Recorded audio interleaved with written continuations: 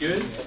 Okay, so welcome to News. Like I said, I do see quite a few new people today, and so we welcome you here. We hope you enjoy your time of worship today as well. And do know that we do have fellowship afterwards, so stick around for that. You know, if you guys, for whatever reason, having a 1 o'clock service, we thought people would come having eaten lunch already, but for whatever reason, people don't.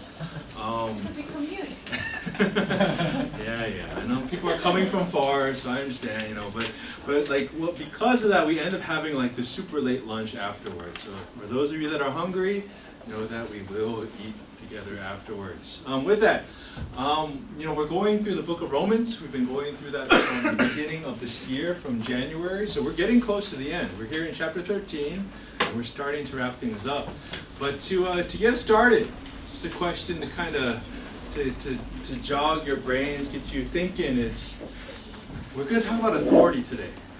So how have you dealt with difficult authority figures in your life? Badly. Badly? Okay, Eric says straight up badly, right? So for some of you, this may have been your parents, this may have been your manager, in school it may have been a teacher or a principal, right? What, vice principal? Oh, yeah, vice principal. So for many of us, you've always had some form of authority over you, right? And oftentimes that authority figure is maybe not, the best person in the world. And sometimes makes decisions that you find kind of questionable and difficult. Like for some people, these people make your lives much more difficult than they need to be, right? So how have some of you dealt with that? What are some of the things that you do in reaction to a difficult authority figure? Avoid. Okay, so there's some people that like to, minimize the amount of time that they're around that authority figure, right? You see them in the corner of your eye, you turn the other way, right? So aversion, what else? How are some other ways you guys have dealt with difficult authority figures in your life? Just evil and accept. Okay, so that's a very kind of a Korean mentality of kind of chama. You just deal with it, and you just kind of put in your time, right, until it's your turn, right? What else? Fight against them. Fight against them. So we got some combative people that try to stand firm. Okay, that usually doesn't end too well. Anything else? Counseling. Counseling. So you just get counseling from someone else, okay? So counselors help you through these issues, okay? Yoga. Stress relief. Okay. So, there's different ways that we deal with them, and yeah, it's interesting that this is a relationship, or this is a struggle that all of you have already dealt with and probably will continue to deal with throughout your lives. So let's see what Scripture says in Romans 13, verses 1 to 7. Turn with me in your Bible, smartphones, or just stare at the screen. Romans 13, 1 to 7. Where the Lord says this: "Let everyone be subject to the governing authorities, for there is no authority except that which God has established. The authorities that exist have been established by God. Consequently, whoever rebels against the authority is rebelling against what God has instituted, and those who do so will bring judgment on themselves. For rulers hold no terror for those who do right, but for those who do wrong. Do you want to be free from fear of the one in authority? Then do what is right, and you will be commended. For the one in authority is God's servant for your good. But if you do wrong, be afraid, for rulers do not bear the sword for no reason. They are God's servants, agents of wrath to bring punishment on the wrongdoer. Therefore, it is necessary to submit to the authorities, not only because of possible punishment, but also as a matter of conscience. This is also why you pay taxes, for the authorities are God's servants who give their full time to governing. Give to everyone what you owe them. If you owe taxes, pay taxes. If revenue, then revenue. If respect, then respect. If honor, then honor." Pray with me. Father, I just pray, Lord, that you would just illumine our hearts, our minds to understand what it truly means to submit, to be subject, Lord, to the authorities that you have placed over us, Lord. We just pray, Lord, that you would give us the proper heart, the proper attitude, the proper mindset, Lord, that when there's difficulty in that relationship, that we would do what is right and what is pleasing in your eyes. We thank you. We praise your name, Jesus. Amen. So, this year we're going through the theme of transformers. That's why we started off with the book of Romans, just to understand how God is transforming us with the gospel, the good news in our lives. But we also want to understand how we can be agents of transformation, agents of change unto others. And so the plan is we'll probably look at the book of Esther next, just to see a case of an individual that brought transformation and salvation upon her whole race.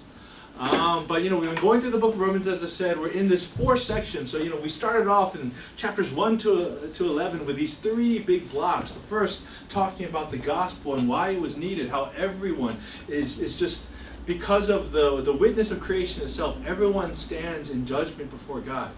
Everyone is with fault. Everyone is unworthy. Yet at the same time, God gives grace. God gives mercy. And he gives us Jesus Christ, his Son. And in chapters 5 to 8, the second block, we saw that having the gospel in our lives brings us peace and joy in the Holy Spirit, who keeps us in relationship with God the Father. And 9 to 11 was kind of that difficult section about Israel, talking about, what's going on with the quote-unquote original people of God who are not listening to this good news, who are resisting what is a free gift unto them. And Paul gives this very long argument, but basically says, God has hardened the hearts of some for the salvation of many more. And now the Gentiles freely have received the gospel. It's just like you and me. We now stand here with the gospel in our lives because of what happened with Israel. And now in this last section, this last big portion, we're talking about now what do you do? Now that you understand what the gospel is and how it has come into your life, how are you now supposed to live your life? And so just to break it down a little bit more, we learned about what this gospel-led life means. In verses 1 and 2 of chapter 12, it talks about, don't compromise, do not conform to the pattern of this world, but be transformed by the renewing of your mind. And understanding that we have been called, because of the mercies of God in our life, to live lives of worship, giving ourselves fully. And then we looked at the next section that talked about how God has gifted each and every one of us and desires for us to use those gifts to serve each other within the church. That we are called to be active members of the church. And then last week we talked more about love, right? So this discourse on love that Paul gives, which is very parallel to 1 Corinthians 13, but it shows how you practically show love to those in the church as well as to those on the outside. And so now in that place of understanding what love is, he's now shifting to governing authority, right? And basically telling us that you're supposed to honor those that have been placed above you, placed governing you. And this was not an easy thing for people in Rome to hear, right? Because, this was a difficult thing. But before I get to that, there's an interesting thing that Paul does in this chapter, is that when he's talking about your relationship with people on the outside, he talks about being good and right. But when he talks about your relationship with people within the church, it's in the place of love. So you'll notice whenever he's talking about good and right, he's talking about how you're supposed to be with people outside of the church. When he's talking about when you're within the church, you love each other. Now, Rome was not the easiest place to be a Christian, right? I've talked in quite detail about Roman culture, the things that are promoted, and how being a Christian in that place automatically put a big target on you because you acted differently. You couldn't partake of what were normal social activities because you saw them as sin, right? And so automatically it puts you in difficult situations. But one thing I must note, that during the time that Paul wrote this letter, Nero was the emperor, right? Now most of you who know about who Nero was, you automatically think about Rome burning, right? Nero is that crazy guy who likes to burn Christians on poles and whatnot. And that was true, but that happened much later. Early on in Nero's reign, he was actually, he was relatively peaceful. He wasn't that crazy until later. So during this time, it was hard to be a Christian in Rome, but it wasn't a time of crazy persecution. That would come maybe 10, 20 years later. one of the things that was popular at this time were people were complaining about taxes. Right? There was a lot of, corruption in how taxes were collected, and so everyone was complaining. So it wasn't just Christians. Everyone in Rome was complaining about taxes. Now, what's that famous line that they say is, you always have death and taxes? That's like the one thing that everyone is guaranteed in life. But so this was a season where everyone was complaining about taxes, and what Paul is saying in this passage is, pay your taxes. Don't complain. And what actually ended up happening during the season was Nero actually eventually listened, and he helped reform some of the taxation during that time. So he actually listened to the people. What Paul is saying is, everyone else is complaining about this, but you know what? Until you're told otherwise, pay what you're supposed to pay. Give what you're supposed to give. This would have not been an easy message for most people to hear, especially when it was popular at the time to complain about taxes. And he's saying, you know what? You're held to a higher standard. Now, it's kind of interesting. If Paul had written this later, during the more difficult season when Nero was actually persecuting Christians, this would have probably taken a slightly different, more tone. But at the same time, what he's encouraging them to do is to raise their standards on how they live in their given society, in their given place. Okay? Now, if you actually study history, and you study the history of Israel, whenever someone took over, so they were taken over by the Babylonians, by the Assyrians, the Persians later on. Then they were taken over by Rome. Before that, it was like the Seleucid kings and all these different things. Israel had been enslaved or subject to other nations for a long time. If you study history, they were a very difficult people to have as subjects, because every single kingdom that they were in, they rebelled, right? Even in this time period where Paul writes this letter, probably about 10, 20 years later, around 70 AD. 70 AD, the Jews rebel, right? And the temple of Jerusalem is destroyed. This is a very big, significant event in the history of Israel. But again, it's part of the pattern, is that whenever Israel was subject to another kingdom, they would rebel to the point where they would get punished severely. And even in this letter, in the context of this letter, the entire Jewish race had been kicked out of Rome for a period of time. They had done something that offended one of the rulers, and he said, you know what, there's an edict, you can't live here right now. And they had recently annulled that edict so that they could come back. So you have to understand that in the context that Paul is writing from, this was a difficult people group to work with. They were constantly rebelling. But brothers and sisters, honestly, that's man. Right? Like, if you really think about your own heart, even those of you that, like, your whole life, you were that perfect child. Come on, let's be real. Right? Especially you PKs out there, or you MKs, you pastors' kids and missionary kids. You guys are the best at making it look like everything is perfect. Right? We're in your heart of hearts. That's like the furthest thing from the truth, right? Yeah, our PK is laughing over there. He knows it's true. But think about it, right? The natural state of man, our heart is to rebel, right? Even when we are quote-unquote obeying or submitting to those above us, we're doing it with some other ulterior motive, some agenda in our minds. Right? The natural state of man is that we constantly have this heart of rebellion toward whatever is in front of us. Now for myself, I'm a Korean American, so I grew up in America with immigrant parents, right? So I'm a second generation. I was born in the States. English is my native language. Korean came much, much later. And for me, like, it's rather interesting, because people that were in my situation, that grew up in foreign countries with immigrant parents, we always had problems with the parents, right? number one, we couldn't even talk to them. Like, we could barely communicate. It got worse. My parents left America and became missionaries in Korea, or missionaries in Russia. They forgot all their English. And there were years where I could not communicate with them. It was really sad. Like, my mom started writing me letters in Korean. I don't know why, because she never did my entire life. Started writing me letters in Korean. I couldn't understand it. So I would take it to my friends and be like, hey man, can you translate this for me? And they're like, yeah, your mom's really proud of you, man. And I'm like, thanks. It was really sad. And so it wasn't until I came here to Korea and I started studying Korean, and Korean got to a point where I could hold some sort of conversation. Like, there were years where I couldn't talk to my dad on the phone. Right? He would call, I would call and he would pick up, and he would immediately say, oh, 엄마 바꿔줄게. So he just gives it to my mom, and I'm like, thanks, Dad.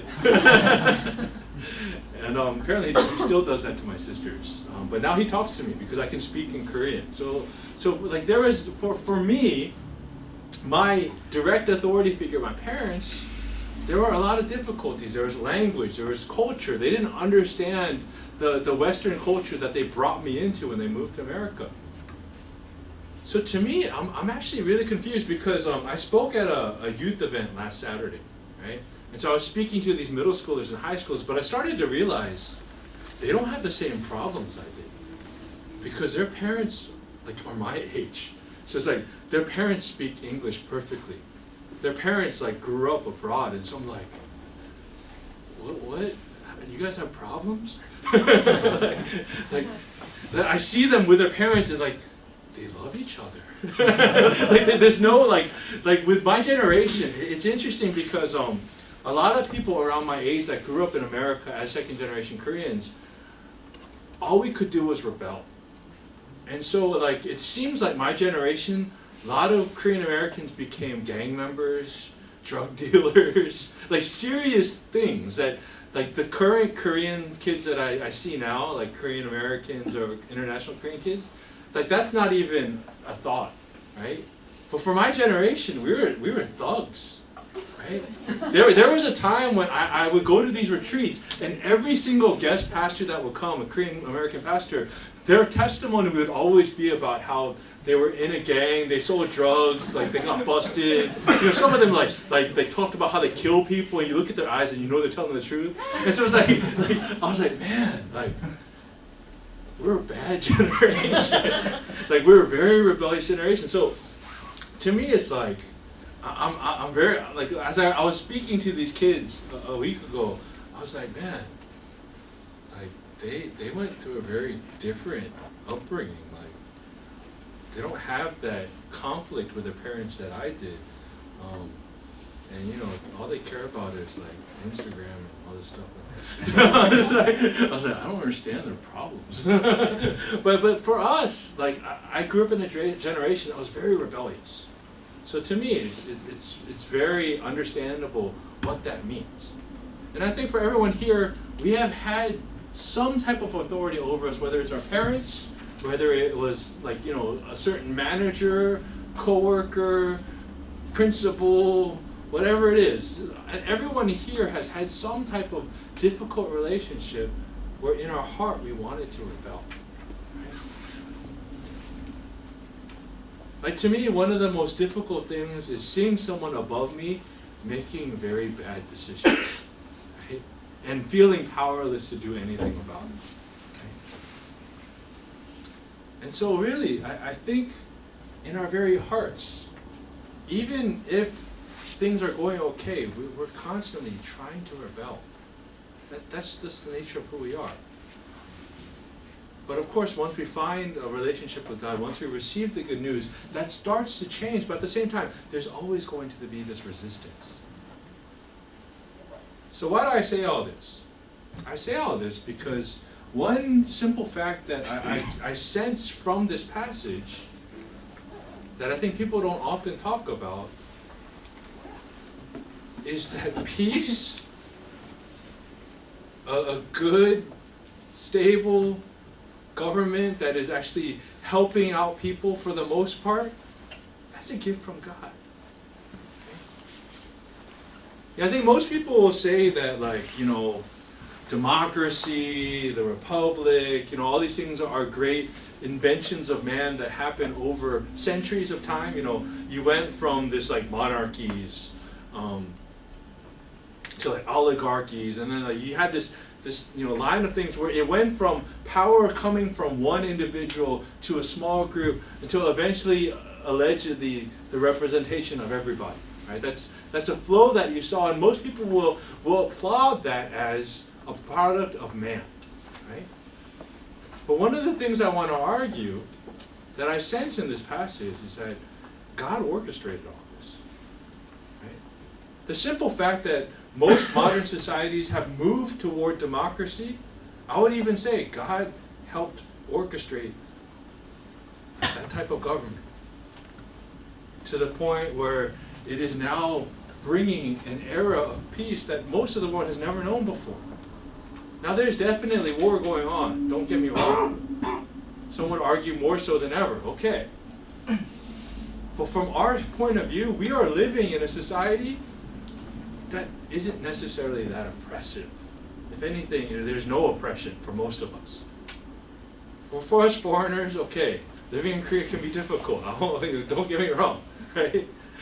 Like even just going to immigration, that's a stressful encounter when you have to do it every couple of years, right? So for some of us, we still have these difficulties, but for the most part, we don't live in a time of persecution. The early church did, right? For the first 300 years of the church's existence, it was under heavy, intense persecution. And then Constantine became a Christian. That changed everything. And so since then, most Christians have lived in a government that actually supports them. But one of the things I want to say is that governing itself, like I said, if man at his heart is rebellious, if man at his heart wants to do bad things and wants to be a difficult subject, it is not possible for man to come together in unison and work out a system where everyone gets along. I think God was behind all of it.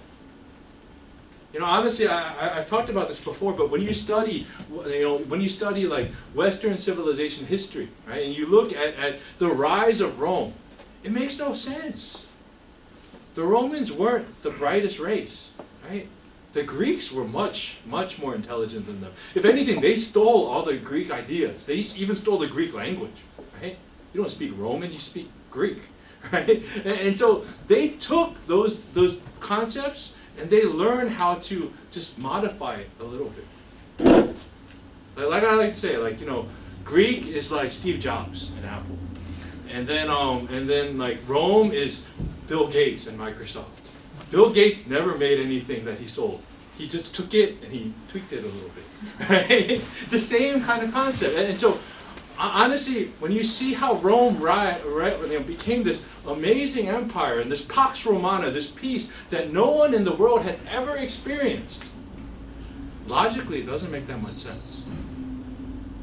But if you think about it from the perspective of God, why God would allow this to happen, why God desired this era of peace, and you look at it from that picture and you're like, this created the avenue for the church, for Christianity to explode. Right?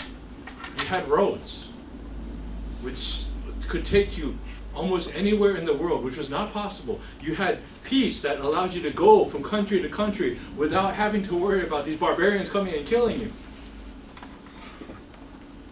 And that allowed Christianity, the gospel, to just go to the utter reaches of the earth very quickly. And then as you study Rome, everyone thought the Pax Romana would never end. But when you look at the history of how it ended, it's like really sad. There's always talks about how these Germanic barbarians showed up and kept just kind of ticking away to the point where it just dissolved. So if you really look at Roman history in a nutshell, and you understand it in the context of God having a purpose for it, it seemed like Rome existed for the sake of the gospel to be spread, and once it had been done, it completely dissolved and went into a different era. So why do I talk about? I'm a history guy, by the way, so let me just get that out of the way. I like understanding how history works together. I like seeing things in a bigger picture. But my argument here is that God allowed these things to happen. He's the one who put these people in power. He's the one who got this machine, this Roman machine moving for the sake of his own purposes. And so what Paul is telling us here is, God put that person above you. So you need to honor that person.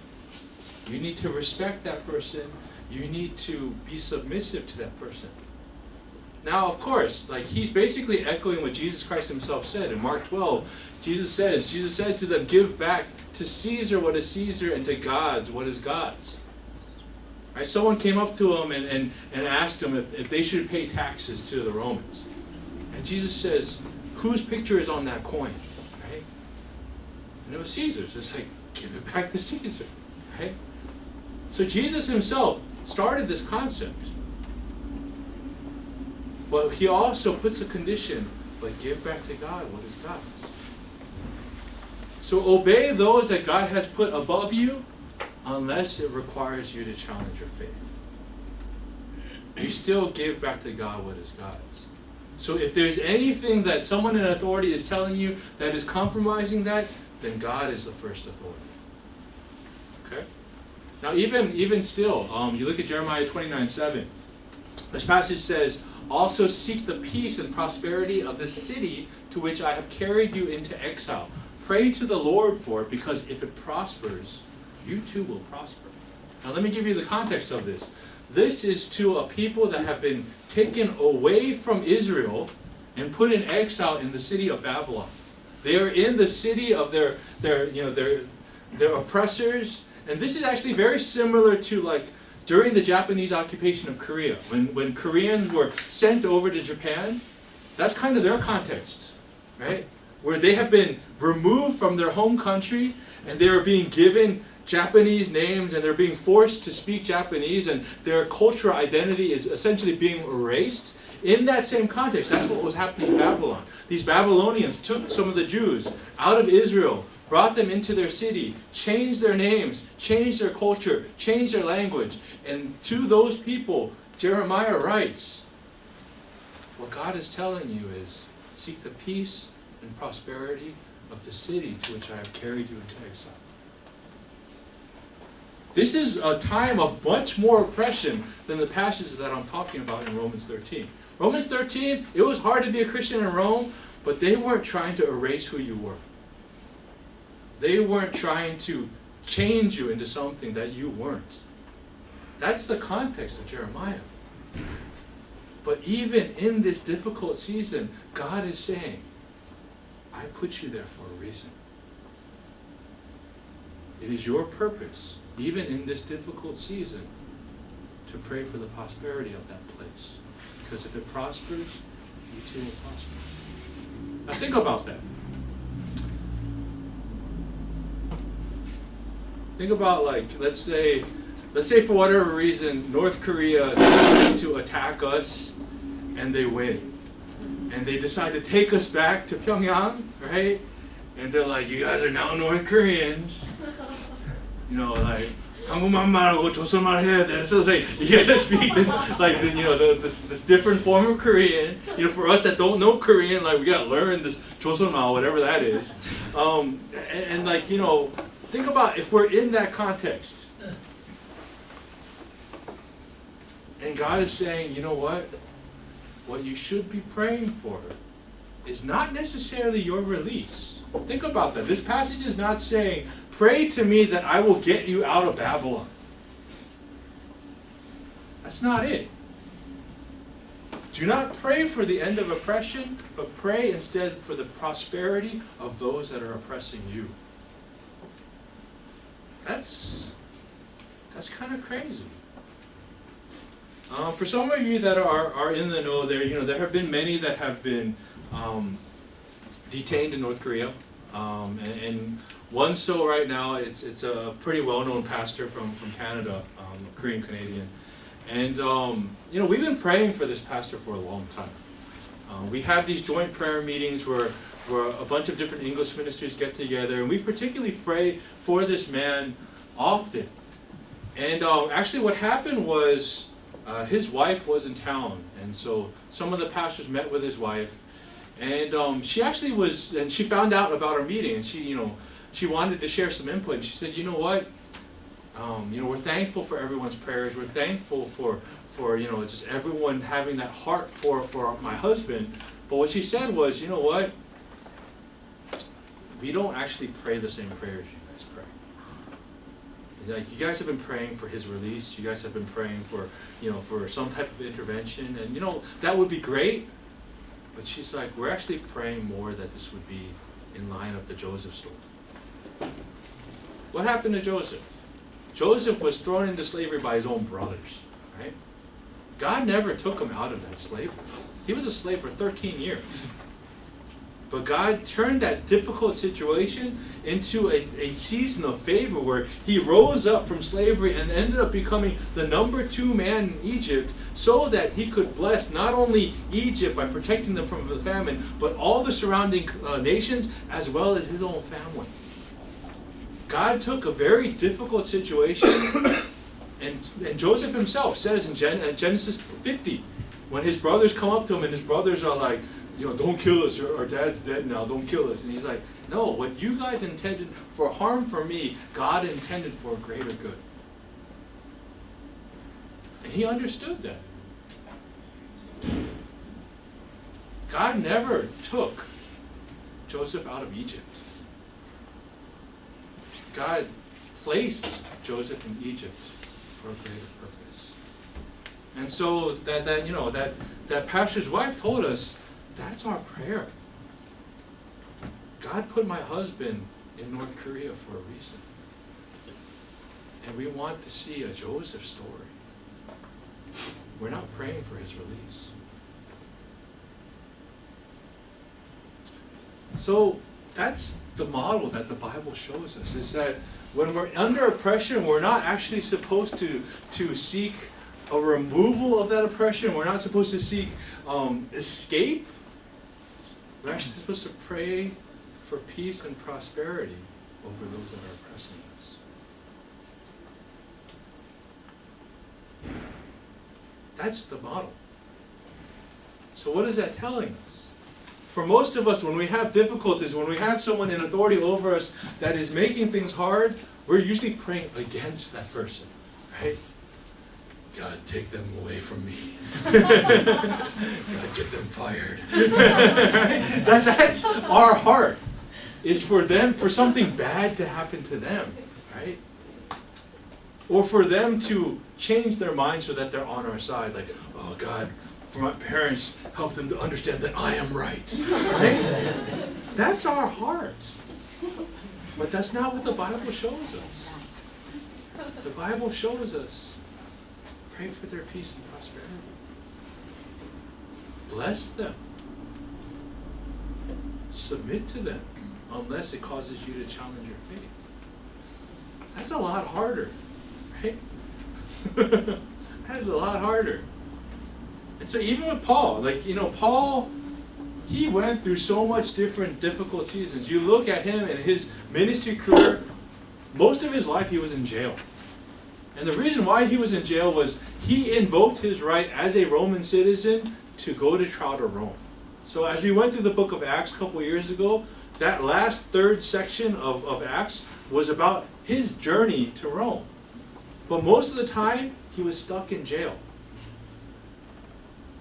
But he chose to abide by the law.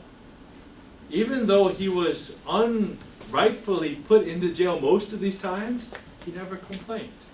And he understood that God was putting him there for a purpose, and a lot of his letters he wrote while he was in jail. So God used that time. So for us, the challenge, understanding who Paul is to seek to do what is right and good. That's what the passage says. When evil comes, overcome it with good. We talked about that last week. Here it says, seek to do what is right. So what does that mean for us, practically speaking? Like I said, we're not living in a season of persecution. We're not living in a government, unless you really think Park Geun-hye is like this evil person. You know, we're not living in a place where we are under that type of oppression. But at the same time, we know what is right and what is wrong. And I think one of the things about Korea is Korean culture likes to live right on the edge of right and wrong. You know what I mean? They like to bend things, right? To the point where it's kind of wrong, but you know, like as long as nobody says anything, it's okay, right? And then at other times they're very by the letter, right? It's really interesting. Like there's like two extremes. Either you can do whatever you want as long as no one complains, or you always have to follow the letter. Like, you know, you always have to stand in a line unless you're an ajumma, right? Then you can do whatever you want. But it's like, it's interesting how Korea tends to live on that, right on that line of what right and wrong is. But I think what this passage is telling us, in terms of submitting to authority, is to always choose to do what is right. Now, what does that mean practically? You know, that means when you have an opportunity to get an advantage or to cut a corner, not to. Or even like, honestly, like, you know, I'll speak briefly on this, but for me, I come from the generation that understood what piracy was, right? I was an avid pirate growing up. I started in 7th grade, the first time I ever illegally downloaded software. It was this small 400K game called The Incredible Machine. Right? That was the first game I ever downloaded in 7th grade. But I actively knew what I was doing. I knew that it was unlawful, and I continued to do it and got really good at it. Right? I was like almost a professional pirate, you could say. But now we live in an era where people don't know what piracy is. So people all the time, they're like, oh, you know, hey, I got a bunch of music and movies, let me give it to you. And I'm like, do you know what you're doing? And that's the thing, we're living in an age where what was once black and white has now become gray. And so what I'm encouraging you guys to do, live in the black and white. If you know something is right, then choose to do what is right. If you know something might be kind of shady, probably shouldn't do it.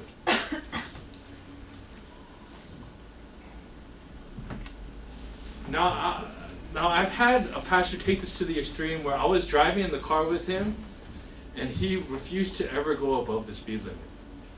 I was getting so annoyed. I've always looked at the speed limit as a suggestion. And so I'm like, why are we going so slow? All the cars are passing us. But you know, he was very strict about these things. And so it did challenge me. And I don't know, honestly, I'm still working on that. I don't really know exactly where to go with that. Especially in Korea, it's interesting because, you know, like, the GPS tells you where all the cameras are, right? You can't, like in America, come on, like that's illegal. Like in America, you're never supposed to know. You're supposed to be afraid that a cop will be behind you at any moment. That is how you stay from like speeding in America. In Korea, it's funny. People will go flying down the road and then slam the brakes right when the GPS tells them there's a camera, right? It's like that's crazy, but like you can do that in Korea. I don't really know where the line is for that. Regardless, what I'm encouraging you guys to do is seek to live a life where you do what you know is right. And if there are things that you're not sure about, then it's probably best not to. And at the same time, for those of us that have difficult authority figures above us, don't pray against them. Don't pray for them to be removed from power. Don't pray that God would release you and give you a better job or, you know, send you somewhere else.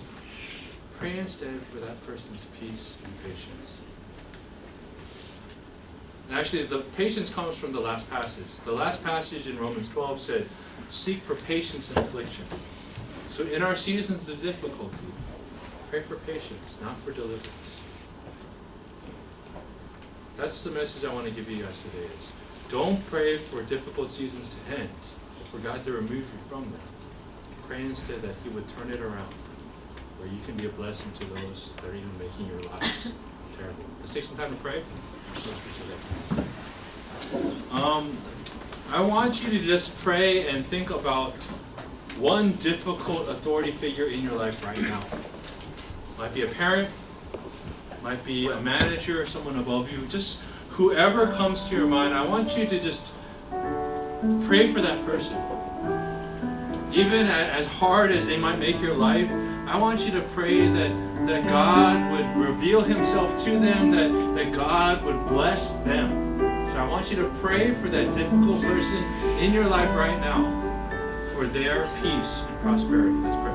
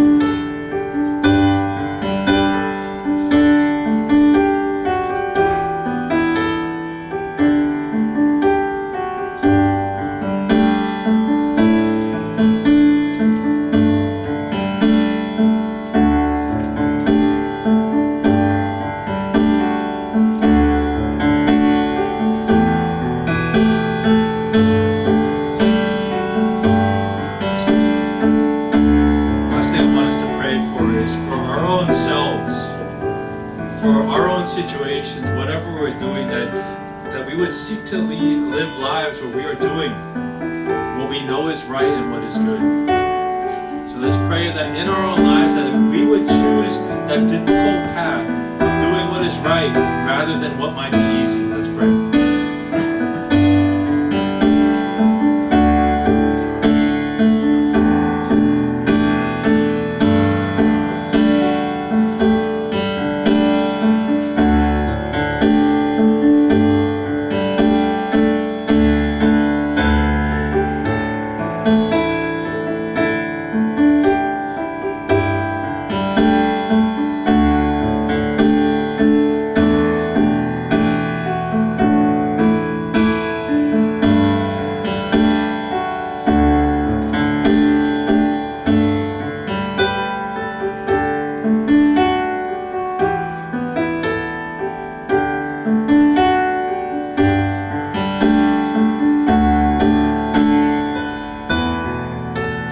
Thank you first and foremost for Jesus Christ. We thank you for the gospel, the good news that we have, that through your Son's death on the cross that we are reconciled to you. And from that place of mercy and grace, you now desire us to live lives of worship. So Father, these authorities that you've placed over us, I pray, Lord, that we would honor them, that we would respect them, that we would submit to them. Rather than praying against difficult people, I pray instead that we would pray for their peace and prosperity. That as you bless them, Lord, we too will be blessed. So help us to have that heart and that mindset, Lord. That you are strategically placing us into the lives of people, Lord. Not for our burden, Lord,